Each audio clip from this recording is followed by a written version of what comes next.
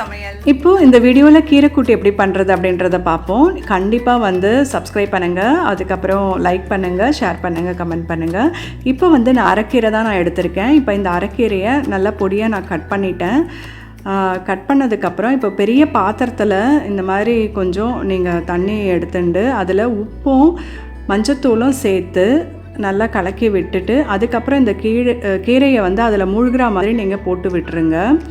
இது வந்து ஒரு 1 மினிட், அட்லீஸ்ட் ஒரு 1 மினிட் வந்து அந்த தண்ணியில் இருந்ததுன்னா ரொம்பவே நல்லது.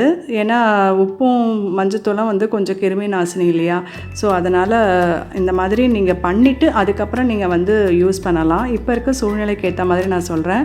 இது வந்து பைத்தம்பருப்பு ஒரு 10 நிமிஷம் நான் ஊற போட்டு இப்போ கீரை கூட்டுக்கு அந்த பைத்தம்பருப்பு நான் எடுத்திருக்கேன். 2 டேபிள் ஸ்பூன் நான் வந்து எடுத்திருக்கேன்.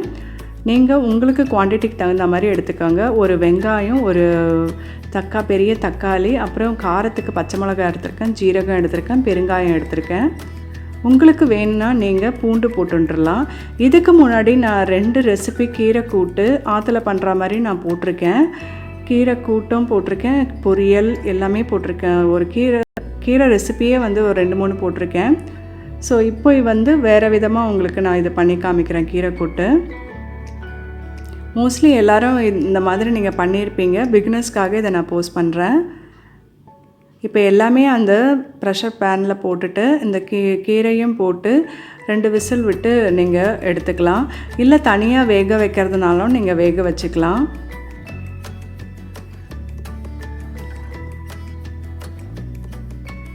இப்போ பேனில் போட்டு மூடி போட்டு நான் விசில் போட்டு இருக்கேன். இது வந்து ஒரு 2 விசில் வந்ததுன்னா உங்களுக்கு வெந்துடும்.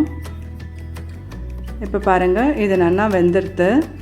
இதை எடுத்து ஒரு ஸ்மாஷர் வச்சு இல்லை மத்து வச்சு நல்லா நீங்கள் கடைஞ்சிக்கோங்க. இது எல்லா கீரை வகைகளுக்கும் இந்த மாதிரி இந்த ரெசிபி வந்து பொருந்தும். ஸோ இந்த மாதிரி நீங்கள் ட்ரை பண்ணி பாருங்கள். கீரை ரொம்ப நல்லது. சம்மர் சீசனுக்கு கண்டிப்பாக இதை வந்து எடுத்துக்கலாம்.